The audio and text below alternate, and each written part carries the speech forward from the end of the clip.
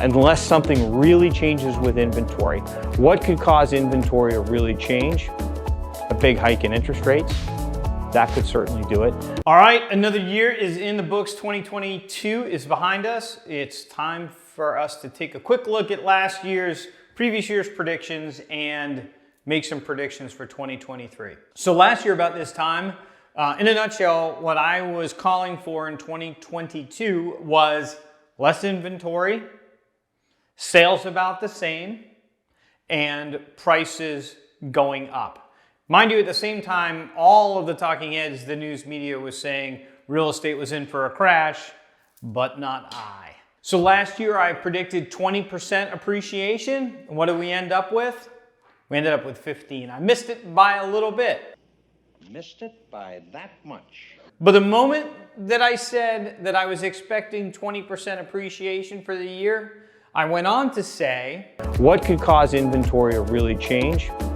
A big hike in interest rates. That could certainly do it.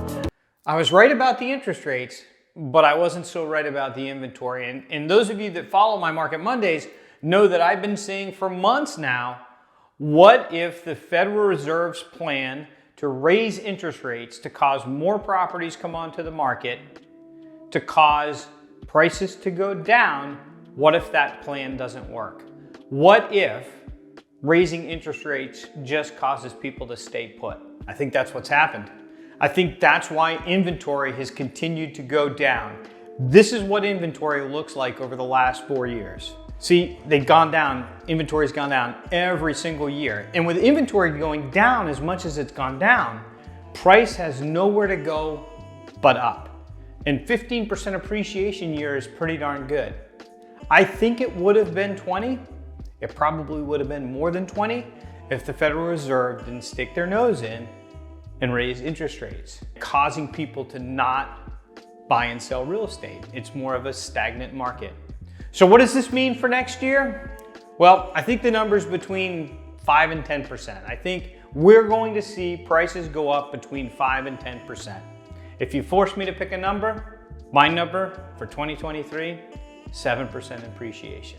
I think in terms of inventory, what's going to happen for this year is inventory is going to maybe go up just a little bit. It's not going to be a huge amount. It's not going to be a spike, but a couple percent, we might see a little bit of an increase in inventory. Why? Well, as the Federal Reserve continues to put pressure on the economy, I think that we'll see people that own second homes say, I can't have all that money tied up in that second home. So I believe we'll see a little bit more inventory coming on the market. Sales, I think sales will just be what they are now. I think they'll remain pretty flat. And it's kind of, it's a softening market. It's a stagnating market. Here's the thing that is the most significant factor the news media and the economists can't measure here on Hilton Head Island in Bluffton. The change in the interest rates has not changed anybody's desire, at least that I've talked to want to live here. The demand for Hilton Head Island in Bluffton remains as strong as it was as the market was appreciating at 25% a year ago. This is just the influence that's being put on the economy from the Federal Reserve, the trickle-down effect to housing on Hilton Head Island. Who knows what the Federal Reserve is going to do? I think we begin to see that slowing. They had a couple 3/4 point hikes, and we've started to see them begin to kind of slow that pace down. So I think they're beginning to see the effect that they're looking to see on the economy. Who knows where they go from here? What does this all mean for you if you're a buyer? Well, in my opinion, if you're a buyer, right, it's just economics. You want to be here. Who doesn't, right? So the economics is, do you wait for interest rates to go down? Do you wait a year for interest rates to go down? And if you would have waited this year, right, interest rates went up. But let's say over the next year, they actually go down. And let's say that they go down, they get cut in half. They go from 7 to 3.5%, which I think the likelihood of it being that great of a reduction is slim to none. So you wait a year, your interest rates are 3.5% less than what they are now, but you pay 7% more. It doesn't make any, that to me, the numbers don't make sense. You would be better off to buy the property now, pay a higher interest rate, lock in the lower price, and then refinance that lower price when rates come down. And I'm not telling you anything that every other mortgage company out there hasn't been spewing on social media, for the last 6 months. Marry the house, date the rate. You've heard that. I hate it. I hate that saying. But what they're saying is, do the deal on the house, lock in the price before price goes up higher, and then when interest rates come down, lock that lower rate in. Because I don't see anything in the future that tells me that a house that's worth $800,000 today is going to be worth $700,000 a year from now. And I've been saying this for over a year.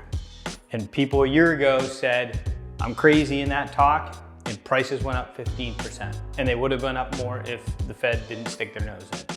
If you're a seller, well, if you're a seller, I guess the question is, why are you selling? Like if it's a second home and it's a property you don't need, it becomes an economic decision. I don't know your economics, but it becomes an economical decision, money decision. If it's your primary residence and you need to move, I think the question is like, what's the weight worth to you? Like we all buy things and do things that impact our finances, and we balance like what makes financial sense with what we want, right? I know people that drive nice cars. They pay $100,000 for a car that another company makes that does the same thing for $50,000. We make these decisions in our lives based on the things that we want, because that's why we work hard. That's what part of the American dream is. So I think it's just understanding like why you're selling and what the objective is, but I wouldn't let fear of the market, I wouldn't give it more power than it has. Prices are going to continue to go up in this market. They're not going to go up as much this year as they did last year. That's what you need to know. Come back a year from now and we'll see if I was right. And if I'm not, I'll make an excuse.